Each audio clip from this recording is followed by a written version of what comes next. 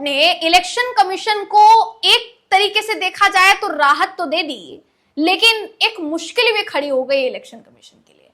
क्योंकि जो मांग उसने की उस मांग को बेशक स्वीकार कर लिया गया हो, लेकिन यह भी बताने के लिए कह दिया गया है कि आप सत्यापन कैसे करेंगे। यानी अगर जांच आप इंजीनियर्स से कराने की बात कर रहे हैं, ईवीएम की जांच अगर इंजीनियर्स से आप कराने की बात कर रहे हैं, तो इंजीनियर्स को उसके लिए प्रमाण पत्र देना पड़ेगा। आप जांच तो करवा लेंगे, लेकिन उसके बाद आप सर्टिफिकेट देंगे उस बात का कि ईवीएम में कोई गड़बड़ी नहीं हुई है, ईवीएम में कोई खराबी नहीं है, कोई दिक्कत नहीं है, ताकि आगे जाकर किसी तरीके की दिक्कत ना हो। अब ईवीएम से जुड़ी इतनी बड़ी खबर क्या है दोस्तों, इस खबर में जब आप आखिर तक बने रहेंगे तो जान पाएंगे कि मामला क्या है, इसलिए आखिर तक इस वीडियो को आप जरूर देखिएगा। नमस्कार, मेरा नाम है जयंती झा और आप देख रहे हैं देश नीति। दोस्तों, ईवीएम का मामला बहुत शुरुआत से लेकर अब तक चल रहा है। ईवीएम को लेकर सरकार की तरफ से यहां तक कि इलेक्शन कमीशन की तरफ से बार बार ये कहा जाता रहा है कोई गड़बड़ी नहीं है, कोई दिक्कत नहीं है, मगर जितने भी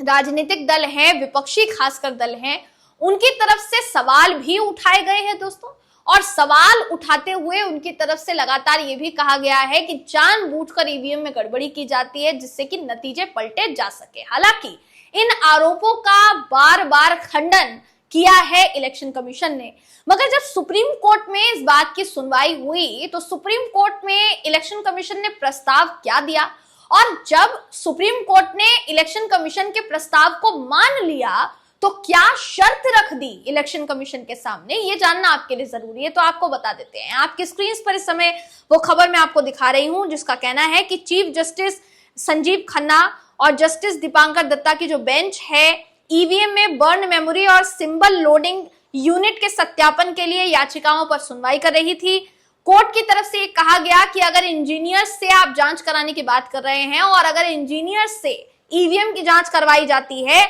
तो उनकी तरफ से प्रमाण पत्र जारी करना होगा, उनकी तरफ से सर्टिफिकेट जारी करना होगा कि किसी भी तरीके की कोई परेशानी ईवीएम में नहीं है। चुनाव आयोग ने हलफनामे में यह कहा था कि जिन ईवीएम की जांच की मांग उम्मीदवारों ने की है उनका डेटा नहीं मिटाया जाएगा। साथ ही देखिए यह भी कहा गया एसोसिएशन फॉर डेमोक्रेटिक रिफॉर्म्स की तरफ से, जिसने याचिका डाली थी सुप्रीम कोर्ट में, उसकी तरफ से यह आरोप लगाया गया था कि ईवीएम की जांच के लिए चुनाव आयोग की जो प्रक्रिया है, अगर बात की जाए उस प्रक्रिया की, तो 2024 अप्रैल में जो सुप्रीम कोर्ट ने ईवीएम वीवीपैट को लेकर फैसला सुनाया था उसके अनुरूप लगती नहीं है। इसलिए जांच होनी चाहिए इस बात की कि आखिर ईवीएम में गड़बड़ी क्या है। तो बेंच ने इस पर सुनवाई की, सुप्रीम कोर्ट की बेंच ने, और सुप्रीम कोर्ट ने अपनी सुनवाई में चुनाव आयोग के तकनीकी प्रक्रिया में संशोधन के जो प्रस्ताव दिया गया उसकी तरफ से, ईवीएम को लेकर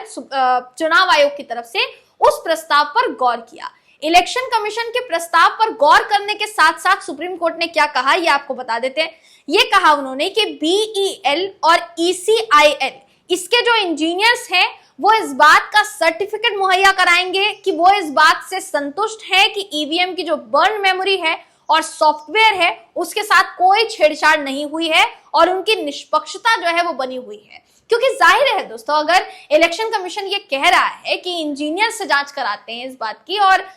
जिस बात की आशंका उम्मीदवारों को है जिन्होंने शिकायतें की है कि भाई ईवीएम से डेटा हटा दिया जाता है, ईवीएम में जो डेटा है वो नहीं होता है, ईवीएम से छेड़छाड़ होने की संभावनाएं हैं, अगर आप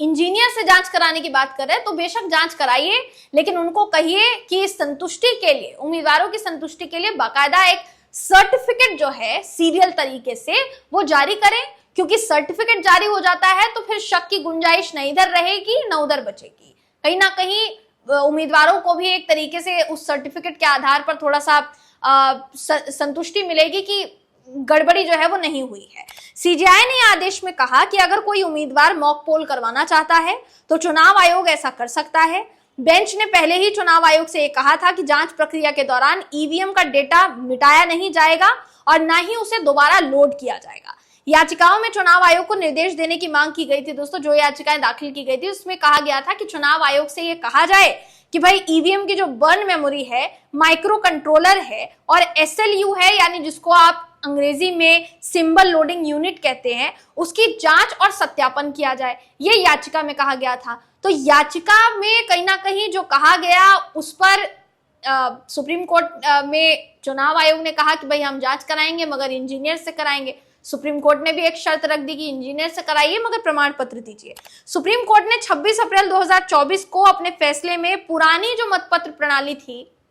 जिस तरीके से बार बार इस बात पर जोर दिया गया कि जो बैलेट पेपर से चुनाव पहले होते थे उसी तरीके से चुनाव कराया जाना चाहिए, सुप्रीम कोर्ट ने इसका खंडन किया। सुप्रीम कोर्ट का ये कहना था कि मतदान मशीनें जो हैं यानी ईवीएम मशीनें जो हैं वो सुरक्षित हैं और बूथ कैप्चरिंग साथ ही फर्जी मतदान को भी ये खत्म कर देते हैं। लेकिन कोर्ट ने ये भी कहा कि उम्मीदवारों के पास एक ऑप्शन रहेगा, उन्हें यह अनुमति दी गई है, आपके पास ये परमिशन है कि अगर हर विधानसभा क्षेत्र की 5% ईवीएम में माइक्रो कंट्रोलर चिप्स की जांच लिखित आवेदन के तहत और तय शुल्क के तहत अगर आप करवाना चाहते हैं तो आपको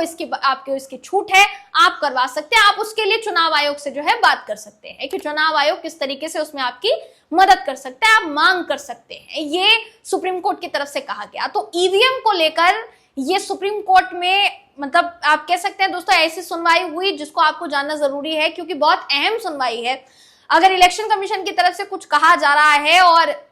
जाहिर तौर पर सुप्रीम कोर्ट इस पर फैसला सुना रहा है तो ये आगे चलकर नजीर बन सकता है। अब सुप्रीम कोर्ट ने जो कहा है देखने वाली बात यही होगी कि उसका पालन किया जाता है कि नहीं, क्योंकि सुप्रीम कोर्ट ने साफ साफ कहा है कि अगर जांच करवाएंगे तो सर्टिफिकेट जारी करना पड़ेगा। अब वो सर्टिफिकेट इंजीनियर्स की तरफ से दिया जाता है कि नहीं, उन सर्टिफिकेट्स में क्या होता है, क्या लिखा होता है, क्या फॉर्मेट होता है, क्या कुछ होता है, इस पर सबकी निगाहें जो है टिकी हुई है दोस्तों। तो ईवीएम को लेकर फिलहाल फिर से एक बार जो सवाल खड़े हो रहे थे सुप्रीम कोर्ट ने कहीं ना कहीं कहेंगे आप तो उस पर पूर्ण विराम लगा दिया है। आप इस पर क्या सोचते हैं, आपकी इस पर क्या राय है, कमेंट करके हमें जरूर बताइएगा। अगली वीडियो में आपसे फिर मुलाकात होगी, तब तक के लिए नमस्कार।